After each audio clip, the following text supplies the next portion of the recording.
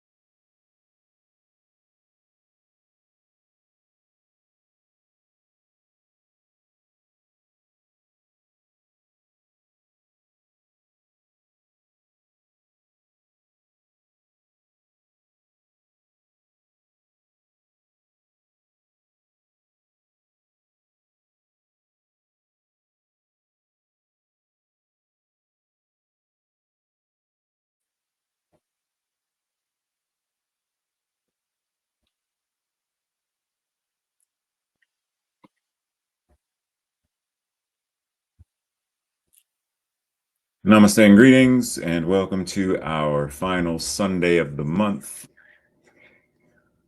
Closing out the theme, Up, Up, and Away. Today we are talking about expanding at the top and the bottom.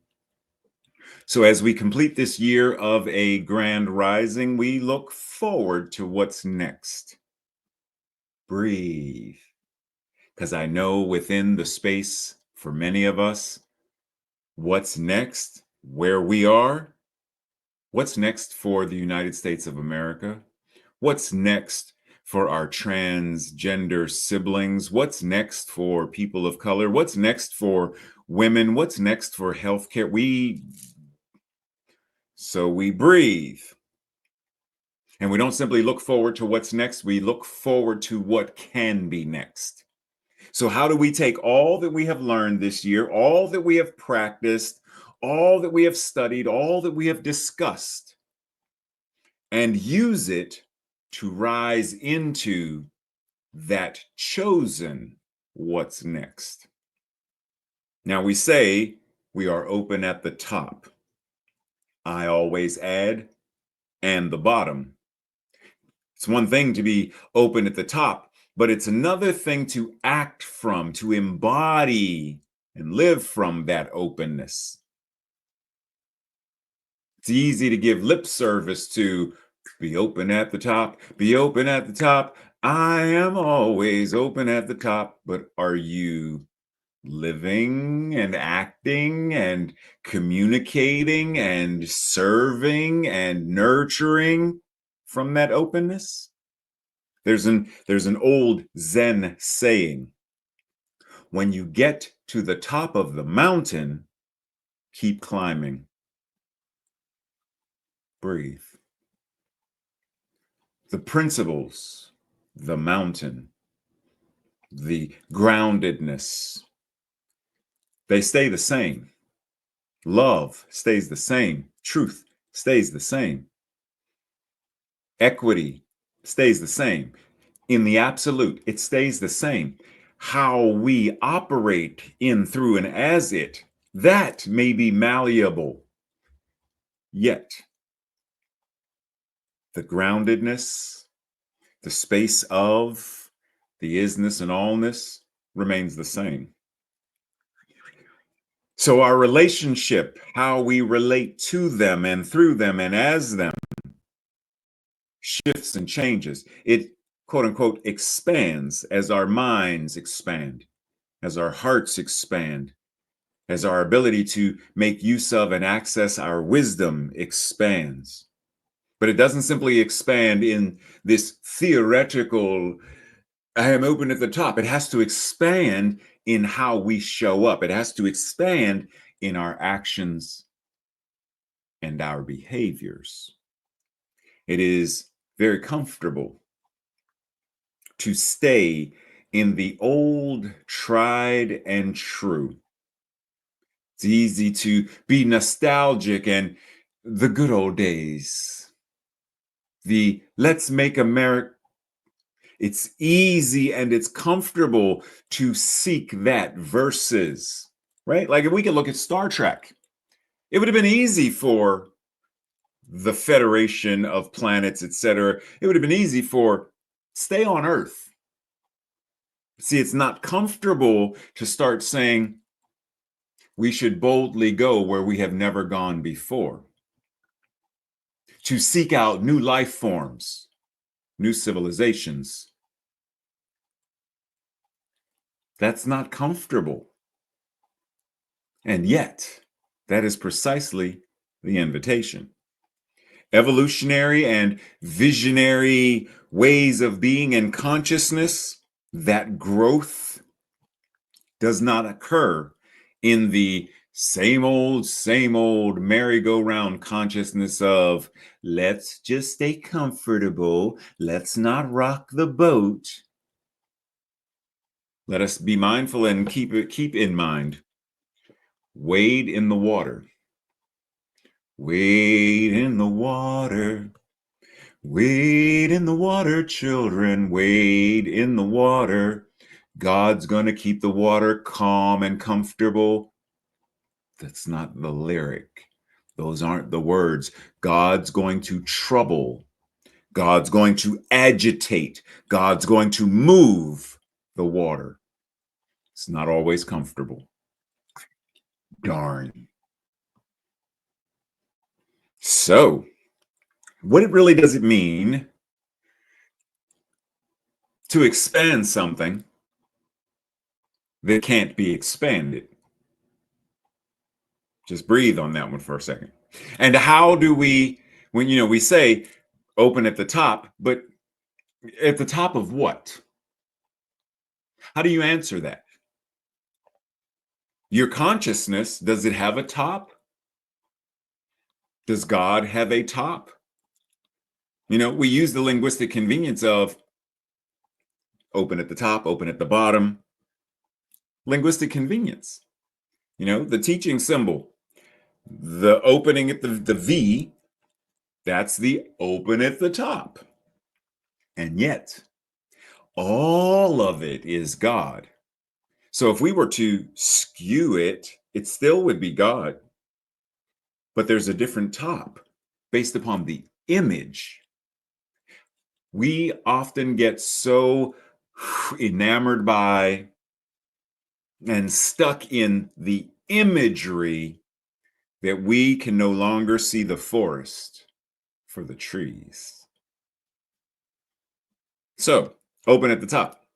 In order for us to avoid the jargon, what is the equivalent of that level of open at the top, open at the bottom, when we talk about it in terms of relative, your personal life, subjective, personal life? What does it mean to be applicable, practical, relatable in your individual subjective life? What does that look like?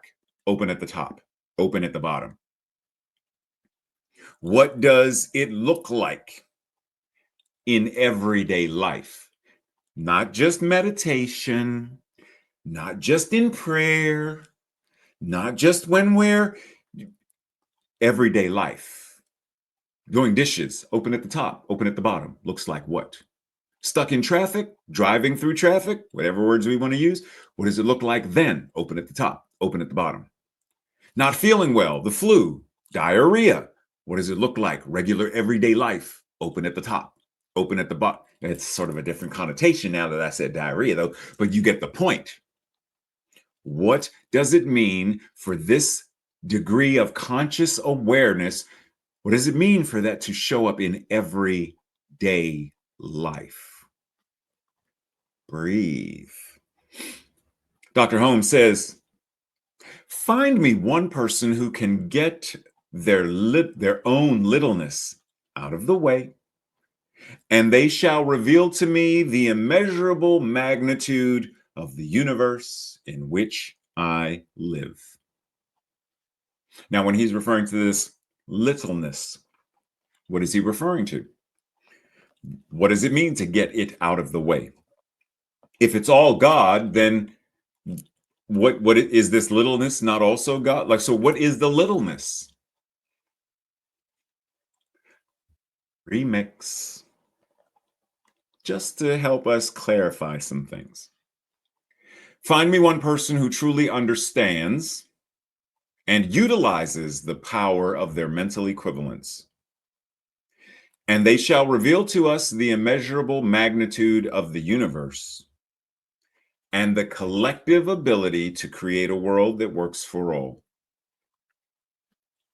Now, note, nowhere in here am I referencing someone's littleness and the need to get it out of the way. No, focus on find me someone who truly understands their mental equivalents and they utilize the power of their mental equivalents. Okay, that by itself. There's the invitation. Do I understand and do I know what it means to utilize, and am I utilizing the power of my mental equivalents? Are you? So when we say mental equivalence, you've heard me reference it many times, unless this is your first or second time, and you may not have heard me mention it. So I'm going to do it again for you. When we talk about our mental equivalence, One, we are referencing how you are expanding, how you are using all of the realm of mind, your thoughts, your beliefs, your paradigms, your ideas, your imagination, all of that stuff that we relegate to what the mind does, right? Then there is how are we expanding in the realm of communication? How are we utilizing communication? Whether it's verbal, whether it's written, whether it's American Sign Language, whether it's shown up in our body language, the memes that we share on social media, which are communicating something. How are we expanding into greater life affirming use of communication? Same thing for our emotions and our feelings. How emotionally aware are we? How emotionally intelligent are we? Do we know what to do to increase both the awareness and the intelligence? What about our actions, our behaviors, our habits, all of the things that we do? All of this mental equivalence. How are we increasing our awareness of and utilizing the power of all four of these pillars? Now, we could pause and have a discussion, but it's the last Sunday of the month, and I got a lot of stuff that I want to cover because I want to lay the groundwork for a grander invitation for the new year because we're going to need it. Dr. Holmes goes on to say, it would be wonderful indeed if a group of people should arrive on Earth who were for something and against nothing. This would be the summum bonum of human organization. Now, one, are there not already a group of people here on Earth who are for blah, blah, blah? We're going to talk about this in greater depth, but this would be summum bonum. What in the world are you talking about, Uncle Ernie? What is that? Well, let's remix and have a conversation about it. First, summum bonum, the Latin means the highest good. Now, in terms of the vision for Centers for Spiritual Living, our summum bonum could very easily be referred to as a world that works for all. Collectively, individually, a life that works for me. Between you and I, a relationship that works for us, etc. Now, he went on to talk about for something and against nothing. Oh, um, yeah, I hear you, and I know exactly what he means. And yet, this often invites people into spiritual bypass and malpractice and such. Because the firefighter, it's in the name, firefighter. They fight fires. They don't go up to the fire and say, I am for. Well, how do I refer to a building that's not on fire without saying it's on? I am for buildings that stand unaffected by no, buildings that are at peace. Okay, but the fire's still there. Oh, I guess we should get some water and some foam and start putting it. Yes. Now, it doesn't mean you are quote unquote against the fire, but does it? Because there are a lot of us who get obsessed with this idea of being for something and against nothing. Saw a lot of the bypassy stuff showing up following the election recently, where people were like, talk about being hopeful and positivity, and the sun will shine on tomorrow. Don't talk about being sad, mad, angry, etc. Yeah. Don't talk about what you're against. Be for. And we were so quick to try to get people to jump But shouldn't they feel their feelings? No, you're supposed to be for, not against. Oh, so in other words, you're supposed to bypass and malpractice our spirituality because it's comfortable and it's easy.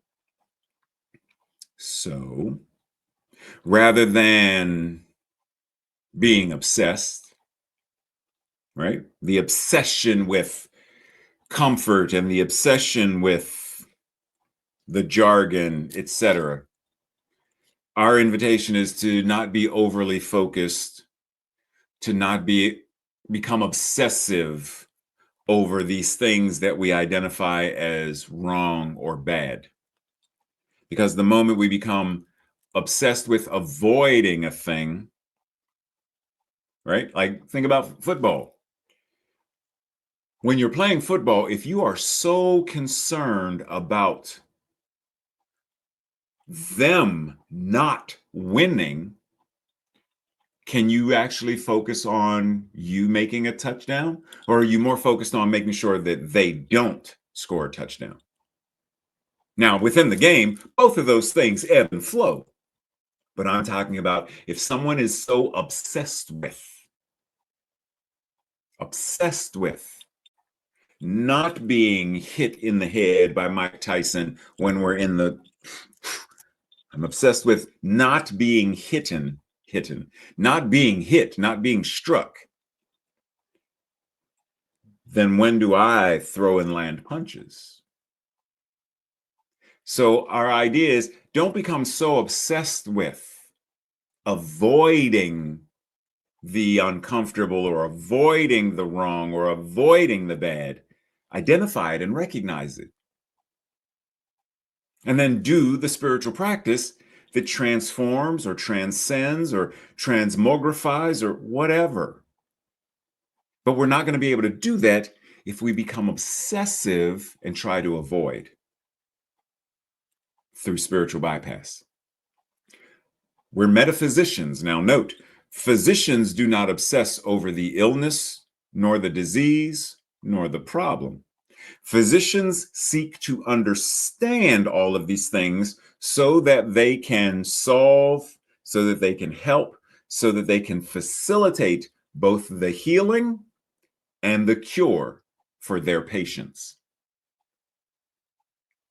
A doctor who is before, not against, I can't see what's wrong and what's bad in the world. They're never going to show up for work in the ER because they cannot take in the gunshot wounds and burns and the shark bites.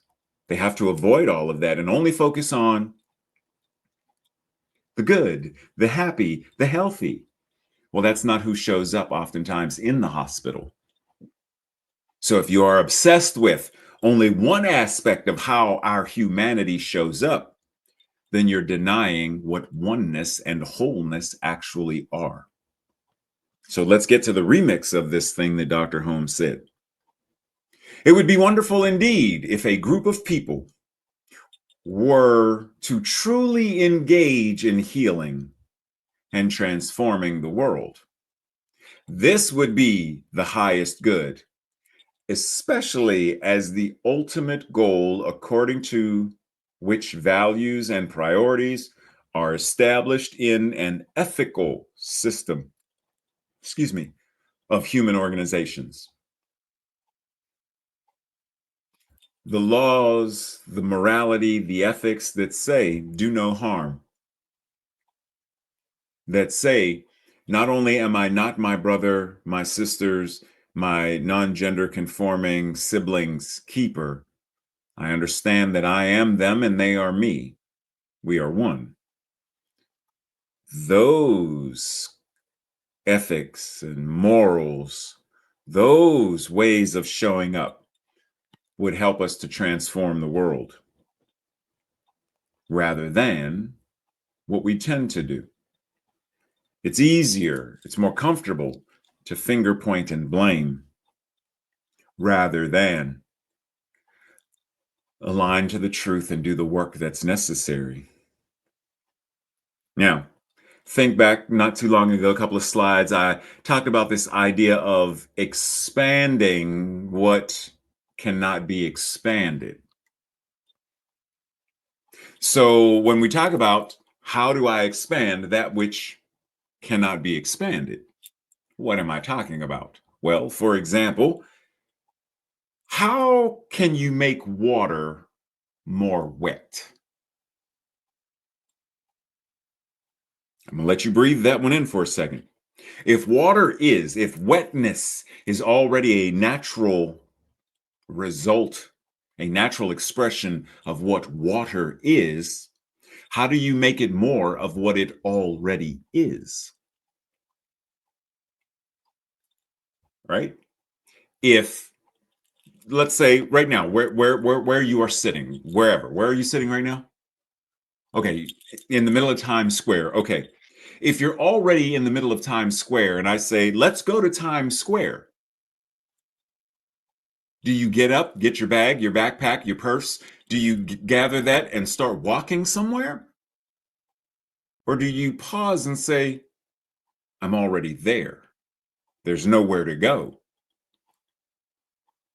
So, in this grand scheme of things, how do you cause anything to be more of what it already is, especially when we are referencing the idea of our divinity? Does God become more God? Is it possible for God to become more God? Does God expand into more of God? Or is it that our awareness of what God is, as all, including as us, that awareness is what quote unquote expands, right?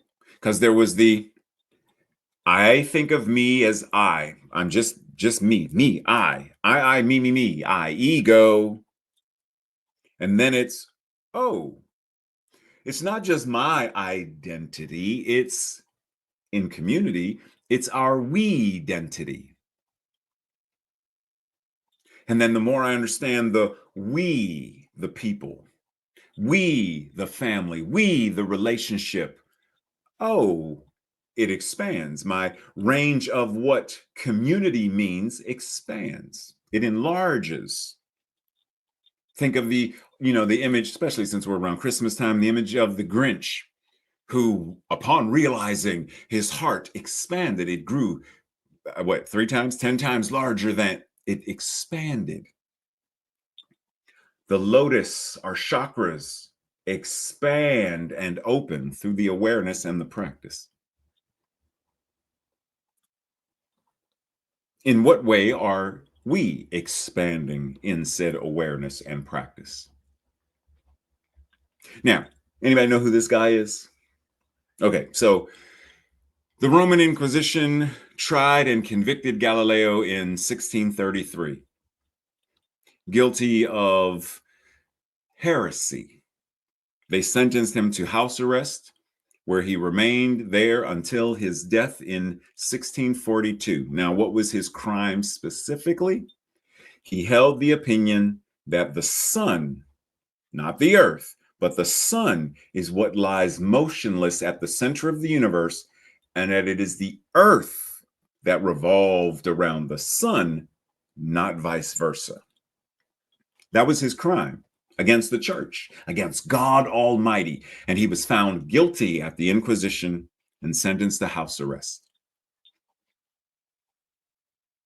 Have we not expanded in our awareness since that time? And has that expansion not changed how we understand the rest of science and astrology, astronomy, etc.? Once again, the invitation. How are we expanding our awareness and expanding our application of our spirituality, spiritual practice, spiritual self? Dr. Holmes says, there is a power transcendent beyond our needs, our little wants. Demonstrating a dime is good if one needs it. Or healing oneself of a pain is certainly good if one has it. But beyond that, at the real feast, at the tabernacle of the Almighty, in the temple of the living God, in the banquet hall of heaven, there is something beyond anything that you and I have touched. Here's a lot of poetry and symbolism there, especially when we talk about the banquet hall of heaven, because it sounds very Judeo-Christian Christianity based, heaven. And yet, even in our we believe statements, we believe that heaven is within and that we experience it to the degree that we become conscious of it. So if that heaven is within, experience to the degree that we become conscious of it, then that banquet hall of heaven, that temple of the living God, all of this is within, quote unquote, within all that we are. So, and like Yoda said, judge me by my size. Size doesn't matter. Judge me by my size, do you? As well, you should not. Judge my needs by their size, do you? As well, you should not. Because all of the needs, whether a dime or medication or whatever it is, they are all the same, are they not? So my invitation is, because as soon as we say beyond our needs, our little wants, it almost sounds like we're judging those needs or wants. Like that little thing that it is a need, it is a want, and in and of itself, it is valuable and valid to recognize. Simple as that. So rather than quantify it, big need, big desire, little desire, do you desire it? Then it is enough. Whether you desire peace on earth or peace from that headache and you are taking a pill for it, doesn't matter. It's a desire, it's a want. Acknowledge it and then do what is necessary to create it or manifest it. The remix, which is not so much of a remix as simply an offering to think about this differently. There is a power transcendent beyond our needs, our little wants. Okay, think about it differently.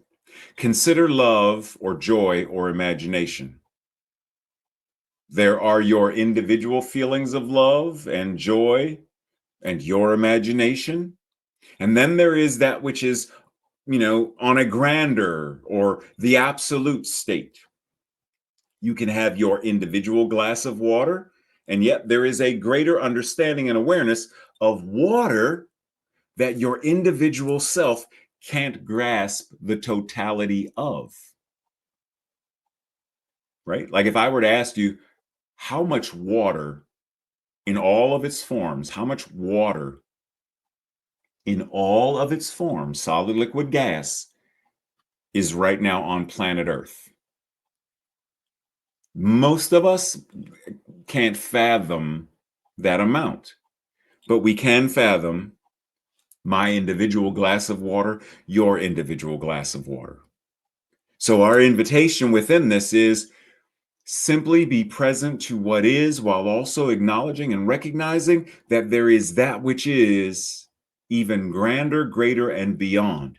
My individual wisdom, your individual wisdom, got that which is the absolute wisdom. It's beyond my comprehension right now. And I don't even need to comprehend it right now. Simply recognize and acknowledge and utilize it as me right now. I don't need to drink all of the water there ever is. Simply need to drink this water to quench my thirst. Offer you this water to quench your thirst. That's all. Address the need and meet the people, including yourself, where you are.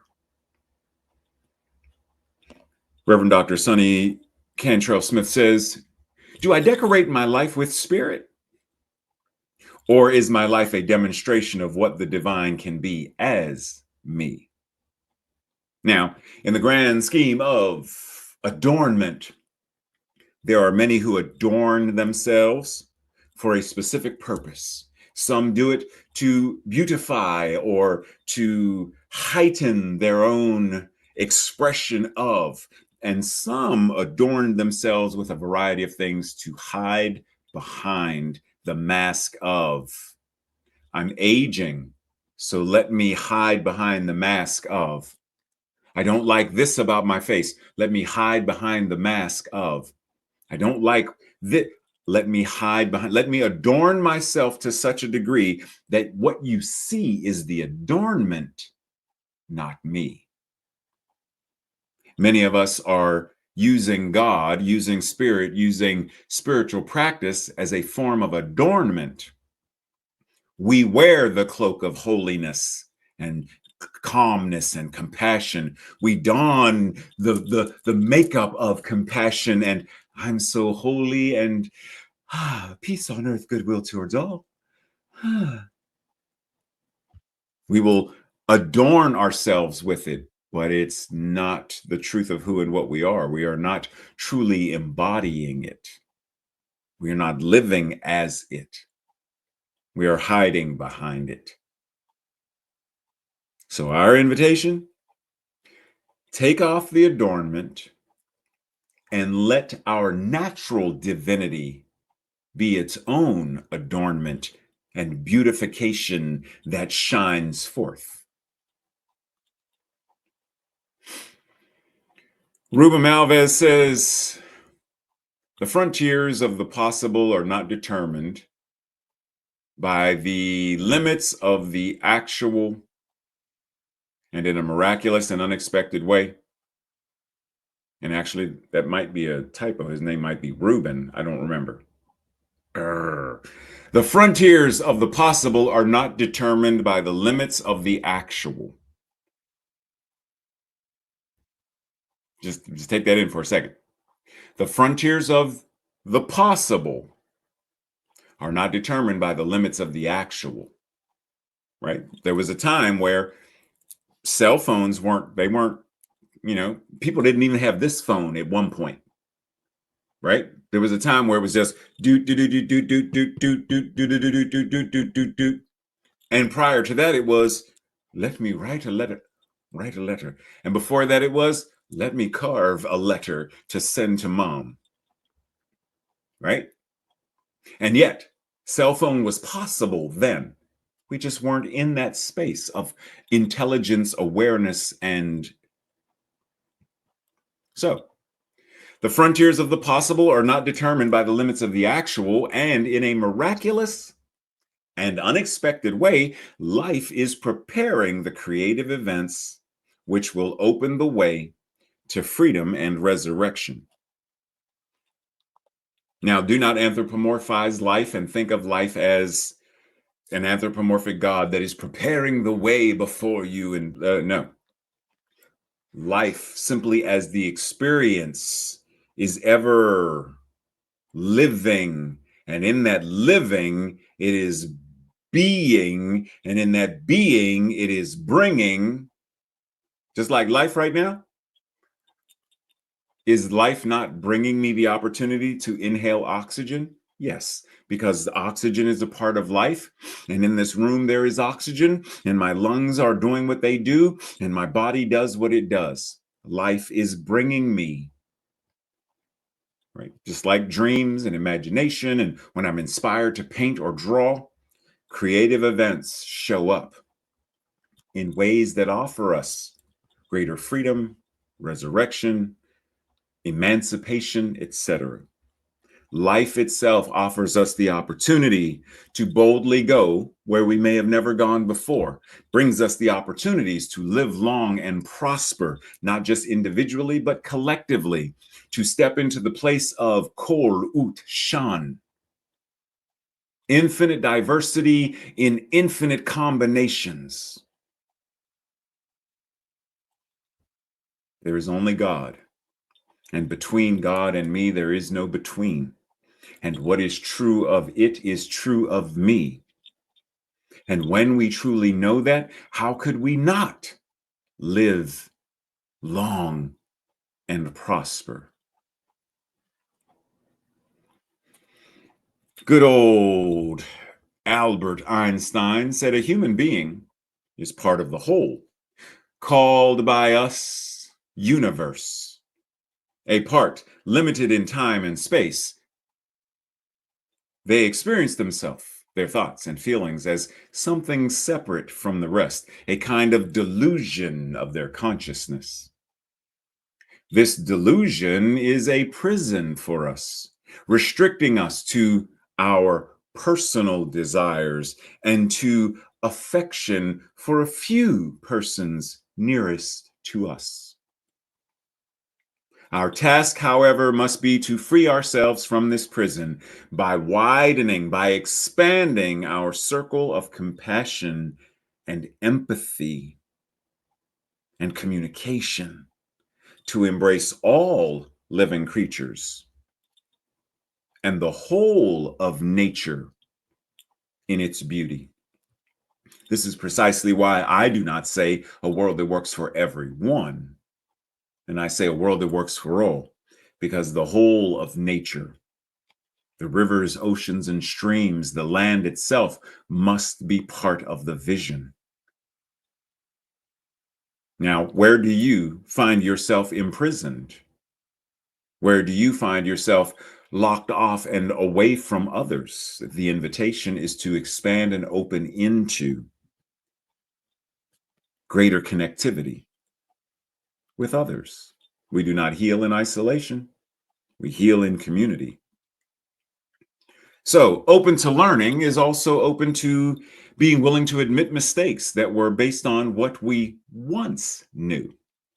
Remember when we talked about that guy who got locked up, house arrest, because he dared to say that the sun stayed still and the earth rotated around the sun? You know, him? Wouldn't it have been cool if there would have been a greater apology from the Catholic Church to say, we were really wrong. And because we were so wrong with that, let's examine and find other places where we also could be wrong so that we reduce the hurt and the harm that we are causing. When we are truly open, then we are willing to also say, just because I knew this yesterday doesn't mean it's factual or actual or relevant today. At one time, there were people who believed the earth was flat. There are still. I don't know if Michelle is watching. Michelle knows some of them. There are people today who believe that the earth is flat. They are unwilling to learn and take in the evidence to the contrary.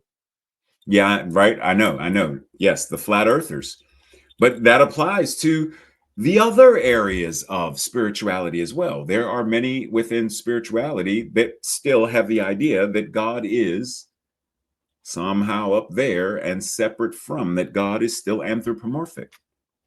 That even though we talk about God as though it isn't, we still say creator. We still reference the universe teaching us a lesson. That's anthropomorphizing it. We're just using different words, but we're still basing it on the former education of what we knew then rather than what we know now. And as Dr. Maya Angelou says, when you know better, you do better. So when we know better with whatever, pseudoscience, pseudo spirituality, or theology, we do better. Now, I'm specifically referencing this specifically because of something that came up recently referencing Dr. Emoto and the water experiment, where this was identified as pseudoscience. I'm not here to say if it is or isn't. What I'm here to say is investigate for yourself, identify for yourself, while having the flexibility to say, I may believe this today, but I may not believe it tomorrow, and that's fine. Today, I feel comfortable believing that my thoughts change the molecular structure of water, even though scientists, quantum physicists say that this is pseudoscience. I got you. Yes, question everything for yourself. Identify what works for you today. And understand that what works for you today may not work for you tomorrow. The stove works today. It may not work tomorrow, in which case I need to get a new stove. My phone worked yesterday. I need to get a new phone today. Just because something, whether it is a thought form, whether it is a belief, whether it is whatever, simply be present and don't take anyone's word for it as being the gospel, not mine or anyone else's. Investigate for yourself. You can ask me questions and I will share with you what my awareness is. And then you have to choose. Do I accept that and then take and do my own research to validate it for myself rather than, well, Reverend Ray said it, it must be true. Reverend Ray is saying what he's saying based upon his awareness today. What his awareness is today, one, not even might change, it's going to. I used to be one of those fundamentalist Christians that talked about gay people burning in hell. Imagine the irony. I was hiding behind the adornment of a pious, God-fearing, gay-hating Christian. I was hiding behind the adornment of, as long as I wear the cloak of, they will not judge me. They will accept me. They will love me. So let me parrot the phrases. Let me parrot the Bible verses. And then I got to a point where it's like, boop, no, I need to question everything. Why do we call him Jesus and not Yeshua? If that was his actual, why are we using his Greek translated name versus his real name? Why do y'all not even know that he had what about Lilith? Why do we not teach Lilith? Why is it Adam and Eve, but not first it was Lilith as Adam's first wife, and then Eve came? Why do we not teach?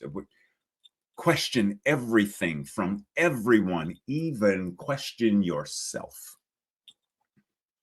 And I simply put that out there to say, if we are not responsible in our theology, then we are going to continue to parrot the messages, the ideology, the dogma, the racism, the sexism, the all of that someone somewhere created, embedded into the systemic structures that then infected us, body, mind, and spirit.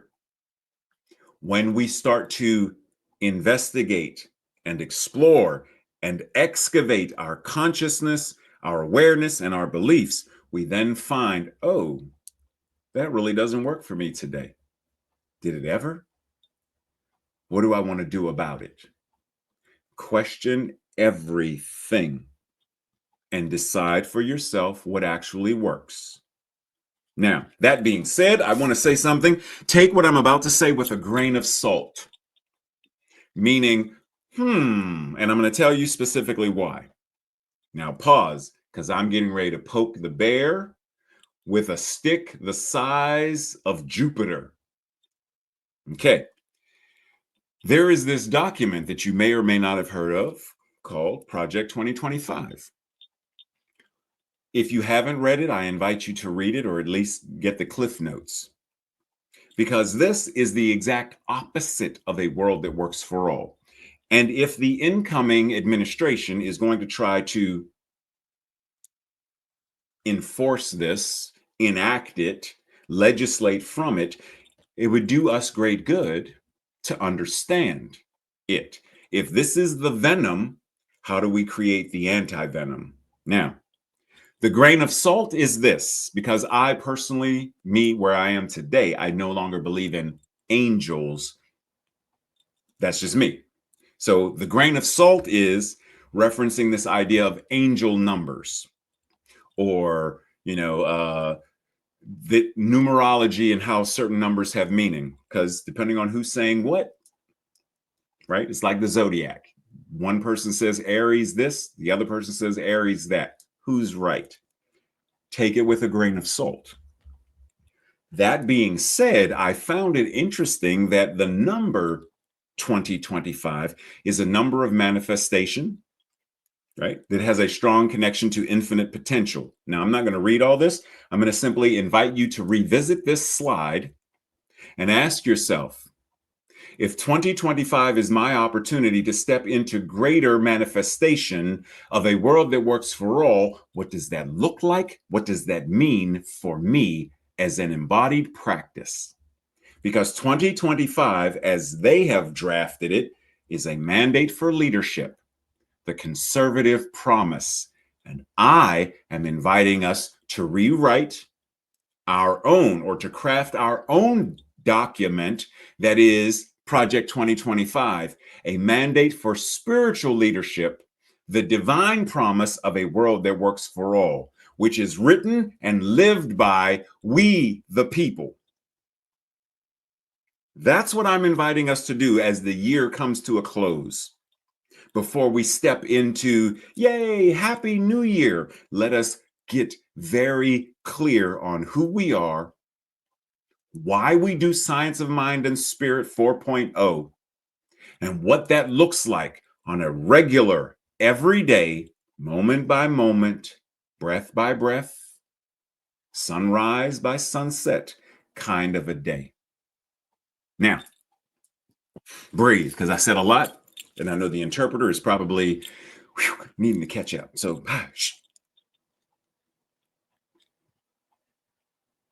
Dr. Sean Ginwright says, if we look deep within for a moment and ask how we can change our outlook, we will at least be on the right track.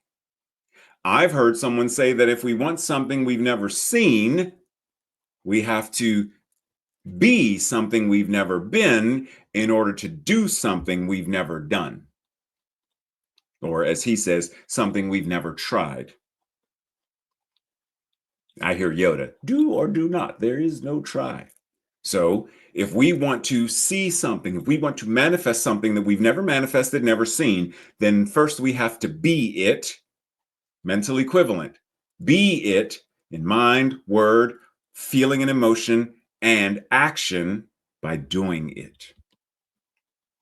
Remember that Zen quote from the beginning? When you get to the top of the mountain, keep climbing. When you get to the top of the mountain, keep climbing.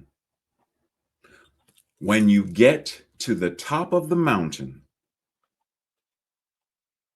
when you think you have reached the pinnacle of when love, keep loving, hope, keep hoping, imagine, keep imagining, working, keep doing, open at the top and open at the bottom. Keep being the divine expression of spirit, of source, of God, of love. Keep being it. The science of mind and spirit as a liberation theology offers us the ability to evolve, to grow, and to expand in our awareness of and in our application of spiritual principles and truths. We also have an understanding that these words are placeholders and serve as linguistic convenience. Evolve, grow, expand. That which God is does not evolve, grow, or expand at the level of the absolute. And as Dr. Holmes has said, whatever is true of God is true of you. Never forget that. Science of Mind and Spirit 4.0 invites us to ever inquire, ever investigate, explore, and experiment, research, and reveal any number of things that will ultimately result in a world that works for us individually and for the all collectively. So as we approach a new year, let us ask as often as we can, how is Science of Mind and Spirit 4.0 influencing and impacting who I am being, how I am being, and what is mine to do? Breathe. This week's affirmation or declaration, I will say it first, and if it resonates with you, repeat it with me the second time around. I create exciting new ways to experience, explore, and express spirit by being a full-bodied yes. Together. I create exciting new ways to experience, explore, and express spirit by being a full-bodied yes. And so it is. This week's journal questions or Thursday evening study group questions. 1. What is my spiritual evolution calling forward in my life? How do I feel about the call? Because I might not like it. I might be uncomfortable with it. How do I feel about the call? How am I responding to the call? Right? Remember, Luke Skywalker at first didn't want to go with Obi-Wan Kenobi. He didn't want to go. It's like, I got work to do. I got the farm. I got, Uncle Owen and I got responsibilities, Obi-Wan. I can't just be flying around the galaxy with you, fighting Darth Vader and stuff. So at first, he didn't care for the call. But a series of events changed how he responded.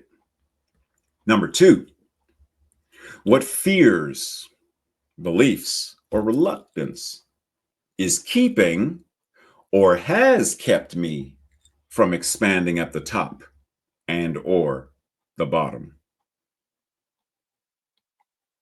Number 3, what can I do to shake up my complacency, my apathy, indifference, and or non-life affirming procrastination? How can I become more willing to go on a great adventure, to boldly go? And while we're talking about that, what is one example of a great adventure for me? Because a great adventure doesn't necessarily mean you move to Tibet and feed cows. And a great adventure might be you volunteering at the library, reading to children, or a great adventure could be a number of things, but it is recognizing that if it doesn't at first make you uncomfortable, that's not it. There is a something of, ooh, is this too big for me? That we then stretch into. So be mindful. Number 4, what is one example of something that I rarely inquire about or explore in greater depth? For example, grief. I rarely inquire or explore in greater depth. What about forgiveness, relationships, politics, systemic ills, etc.? I rarely inquire or explore in greater depths.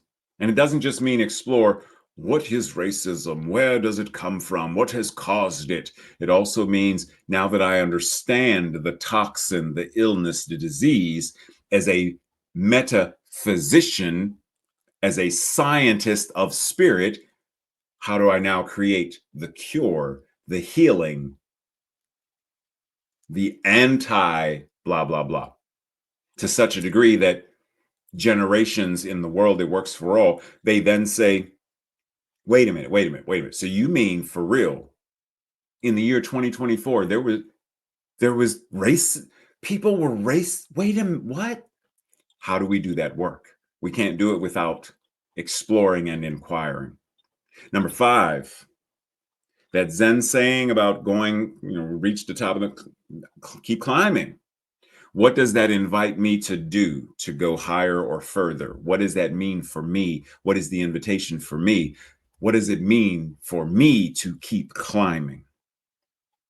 And lastly, as the year comes to a close, reflect on some of your accomplishments this year, some of your quote unquote failures this year, lessons, struggles, triumphs, hopes, etc.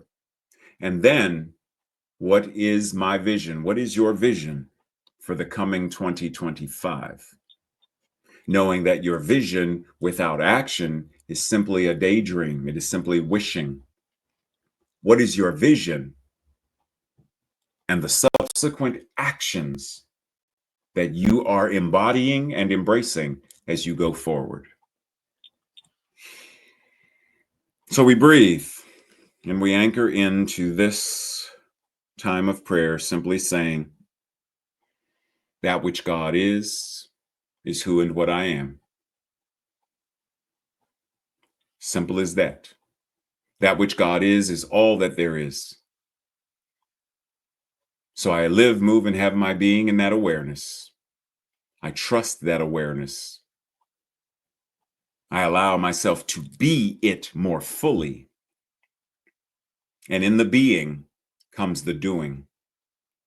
And the doing is how I show up, how I serve, how I nurture, how I assist, how I communicate, how I live this thing called life. In other words, because there is only one life and that life is God, how do I live God? The law does what it does. It shows up as answered prayer, manifesting and creating from these words, from this energy, this vibration, this awareness, this mental equivalent, which means my life is my amen. My life is the demonstration of answered prayer. Because as I said, there is only one life, and that life is God. And that life is my life now. That means this prayer, as an expression of my life, is also God.